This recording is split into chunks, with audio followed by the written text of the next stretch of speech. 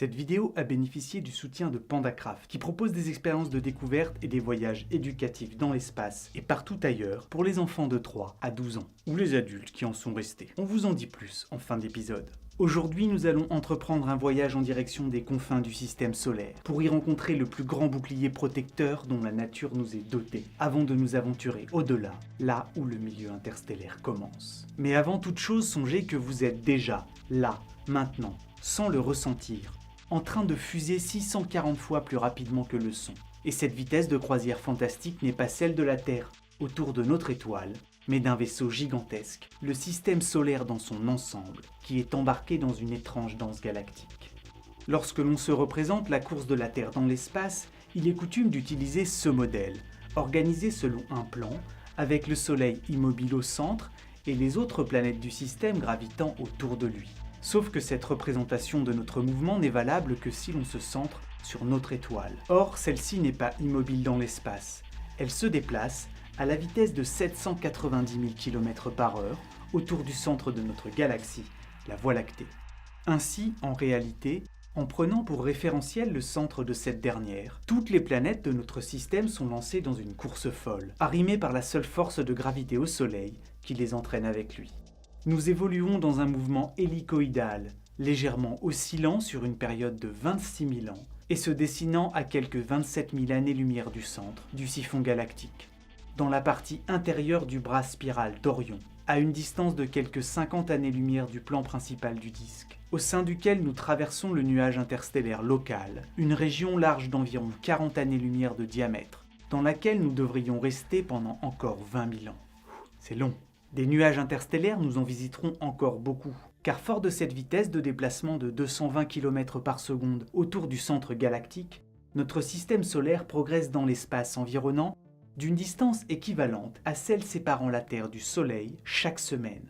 Ce qui fait que tous les 1400 ans, nous avons avancé dans l'espace d'une année-lumière, et à ce rythme-là, il nous faut 240 millions d'années pour effectuer un tour complet de la Voie lactée. Ainsi, depuis sa formation, notre système solaire a déjà accompli 20 orbites complètes, et en années galactiques, notre planète n'a qu'à peine 20 ans. Évidemment, dans cette course autour du centre de la Voie lactée, notre Soleil n'est pas seul.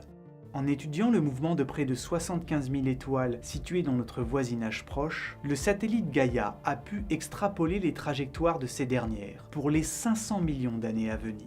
Sur cette vidéo, où chaque seconde écoulée représente 6 millions d'années, on peut voir que la majorité des étoiles restent dans le plan, à l'intérieur du disque, quand d'autres, sujettes à de très légères variations de leur mouvement circulaire, en viennent à le quitter.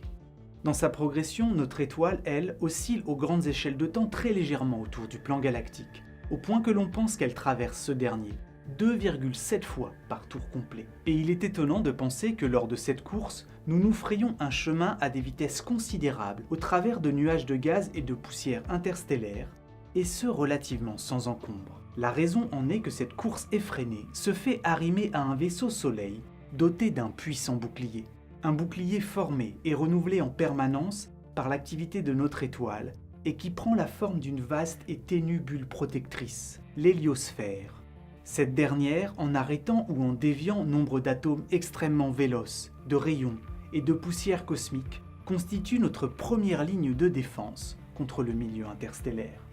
En fendant des nuages de gaz dont la différence de vitesse avec le mouvement propre de notre étoile tourne autour de 80 000 km/h, l'héliosphère prend aux grandes échelles l'aspect d'un œuf et rappelle vaguement une chevelure de comète. Légèrement émoussée dans le sens du mouvement orbital du Soleil, elle dessine à l'opposé une longue queue effilée en laissant dans son sillage, à l'image d'un navire fendant la mer, une traînée de particules chargées s'écoulant le long de ses lignes de force.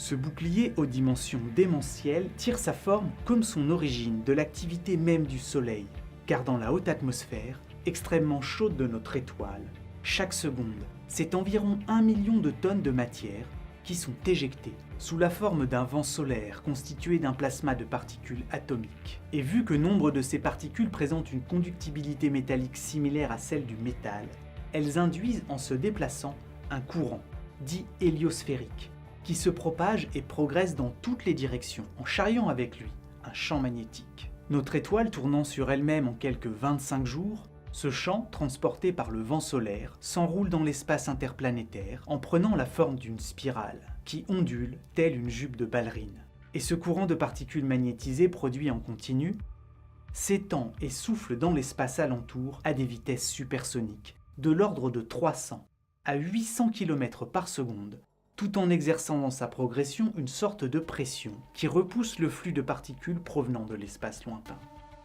Bien au-delà de l'orbite de Neptune, à une dizaine de milliards de kilomètres de sa source, à mesure que les gaz du milieu interstellaire se font plus présents, la force de ce courant commence à faiblir, les vents solaires à ralentir. Et lorsque leur vitesse devient subsonique, se forme alors un choc terminal, une sorte d'onde de percussion dans l'espace. En traversant ce front de choc, les particules chargées provenant du Soleil perdent près d'un quart de leur vitesse. Vitesse qui est convertie en chaleur, au point où la température électronique de ces particules peut atteindre le million de degrés. Malgré tout, vu qu'ici on ne trouve guère plus d'un atome par centimètre cube, il règne un froid glacial. Et puis, étrangement, la frontière à partir de laquelle se manifeste ce choc est des plus fluctuants, car celle-ci avance et recule en fonction des rythmes propres, des sauts d'humeur de notre Soleil. Ainsi, les sondes Voyager 1 et 2, lancées en direction des confins du système solaire, ont-elles franchi cette limite plusieurs fois, en 2002, en 2003, en 2004. En deçà de ce choc, le Soleil est le maître, au-delà, sa bataille sec. Nous sommes maintenant dans l'héliogène, une région de transition, dynamique, complexe et chaotique, où le vent solaire, en se mélangeant avec la matière de l'espace interstellaire alentour, forme des bulles magnétiques pouvant être larges d'1 milliard de kilomètres. Tout comme la distance nous séparant du choc terminal, l'épaisseur de cette couche fluctue fortement au cours du temps. Elle s'étend ou se contracte cycliquement en fonction des caractéristiques de densité du milieu interstellaire rencontré. Et surtout au gré des variations d'intensité du champ magnétique et de la vitesse des vents solaires produits à près de 15 milliards de kilomètres de là par notre étoile. Ainsi, les sondes Voyager 1 et 2, qui ont mis plusieurs années à traverser l'héliogène, ont-elles pu y enregistrer la présence de zones de calme plat. Et d'autres, beaucoup plus turbulentes. Aux limites de cette couche des plus étranges, la vitesse des particules provenant de notre étoile, toujours plus ralentie et comprimée dans leur progression par le milieu interstellaire, en vient à tomber à zéro. Dès lors, les particules ayant réussi depuis le Soleil à parvenir jusqu'ici s'accumulent au niveau d'une région, appelée l'héliopause, la limite de la zone d'influence du vent solaire et du champ magnétique qu'il charrie. Une limite si éloignée du Soleil qu'il existe un décalage temporel de 2 à 3 ans entre les soubresauts de notre étoile et la forme de cette dernière.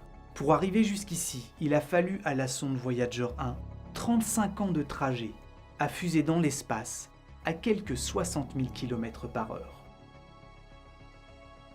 On a longtemps pensé qu'en s'accumulant, ces particules fortement énergisées par leur décélération en venaient à former, comme on a pu l'observer pour d'autres étoiles, un arc de choc, une région de forte turbulence causée par la pression que l'héliosphère exerce dans le sens du déplacement du Soleil sur le milieu interstellaire. Mais il semblerait, au vu des dernières découvertes, qu'au niveau de cette région de rencontre entre deux mondes, là où notre système fend l'océan dilué des particules de l'espace environnant, se forme plutôt une onde. Lorsqu'en août 2012, alors situé à une distance de 18 milliards de kilomètres du Soleil, Voyager 1 atteint cette limite. Elle détecta, là où les particules s'accumulent à l'héliopause, une augmentation soudaine et d'un facteur 40 de la densité du plasma. Au-delà de ce mur ténu, le règne magnétique du roi Soleil s'achève. La brise solaire a disparu. Le vent s'est tu. Cédant entièrement la place à des nuages moléculaires éparses, des poussières intragalactiques ou des vestiges dérivants de supernovas. En devenant le premier objet fabriqué des mains de l'homme à pénétrer dans ce milieu, Voyager 1 détecta 100 fois plus d'électrons de haute énergie provenant du reste de la galaxie qu'à l'intérieur de l'héliosphère. Car ce milieu interstellaire qui baigne l'espace entre les étoiles n'est pas vide. Bien qu'extrêmement dilué, on a pu y mesurer des densités de l'ordre de 0,3 atomes par centimètre cube. Pour prendre la mesure de cette quantité de matière dérisoire, songez que sur Terre, au niveau de la mer, on trouve dans l'air quelques 27 milliards d'atomes par centimètre cube. Et même à l'altitude à laquelle orbite la Station spatiale internationale, cette densité est d'environ 50 millions d'atomes par centimètre cube. Et encore une fois, aussi bizarre que cela puisse paraître, cet étrange milieu n'est pas nécessairement froid. Composé de molécules, d'électrons libres et d'atomes neutres ou ionisés par le rayonnement ultraviolet provenant des étoiles, il est électriquement chargé et possède une température souvent très élevée. Ainsi, les sondes Voyager 1 et 2 ont-elles pu y mesurer des températures de l'ordre de celles de la surface de bon nombre d'étoiles. Et cette soupe de plasma extrêmement ténue et souvent brûlante peut même s'écouter.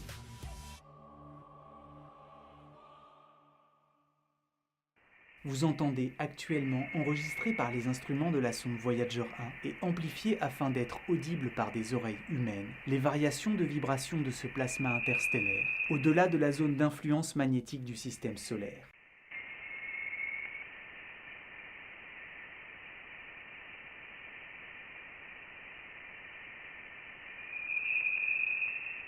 Et c'est là l'enregistrement audio le plus lointain, jamais directement capturé par une machine confectionnée par des humains. Et histoire de mettre un terme à cet épisode avec un zeste de nœud au crâne, j'aimerais revenir sur cette vitesse phénoménale que nous avons tous actuellement, là, maintenant. Songez que du fait que notre système solaire se déplace autour du centre galactique 2 fois plus rapidement qu'un éclair, alors les événements passés se sont déroulés derrière nous. Comptez jusqu'à 5. Et vous voilà dans l'espace, littéralement 1100 km plus loin que là où vous étiez en prononçant le 1. Ainsi, tout ce qui a eu lieu sur Terre s'est en fait déroulé dans un autre endroit de l'espace que celui où vous êtes maintenant. Bien sûr, à proprement parler, tous les événements passés ont bien eu lieu sur Terre, mais aussi dans un autre endroit de notre galaxie, un endroit où nous ne sommes plus, mais par lequel nous sommes passés à toute vitesse. Et cette vidéo, que vous avez commencée il y a une quinzaine de minutes, s'est lancée à près de 200 000 km d'ici, ailleurs, dans le cosmos. De ce point de vue-là, nous sommes tous de grands voyageurs et ne repassons jamais au même endroit.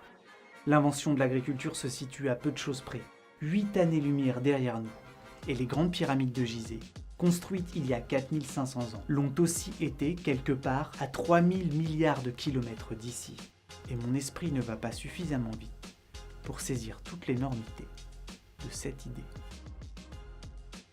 Un merci de la taille de l'héliosphère à PandaCraft pour avoir soutenu ce voyage oscillant dans l'espace. PandaCraft, c'est des kits créatifs et scientifiques pour les enfants de 3 à 12 ans. Des expériences de découverte que vous recevez directement dans votre boîte aux lettres, avec à chaque fois à l'intérieur de chaque kit un nouveau thème passionnant sous la forme d'une activité manuelle pour apprendre et découvrir en s'amusant, mais aussi d'un magazine éducatif de 36 pages. Pour les petits de 3 à 7 ans et aussi les plus grands de 8 à 12 ans.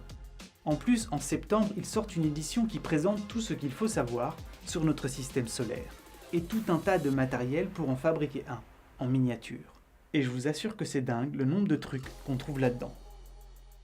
D'ailleurs, même si c'est destiné aux enfants, je me suis surpris en m'y plongeant à réapprendre quantité de choses que j'avais oubliées depuis longtemps. Donc soit je suis resté un grand enfant, soit j'ai aucune mémoire. Il y a aussi l'option que je suis un peu débile. Dans tous les cas, c'est un super cadeau, amusant et intelligent à offrir à vos enfants ou à ceux des autres. En plus, leurs thématiques sont très variées. En octobre, ils vous emmènent plonger en forêt. En novembre, percer les mystères de la peinture. En décembre, ceux de la mythologie grecque. Et ainsi de suite, une perpétuelle découverte. Et tout ça arrive chez vous sans bouger pour seulement 9,90 € par série de 30 tours de Terre sur elle-même, par mois. Et en plus, à chaque fois, en utilisant le code promo balade mentale, vous bénéficiez de 10% sur les abonnements et les cartes cadeaux. Ça me donnerait presque envie de faire des enfants, ça. J'ai sérieusement osé cette blague.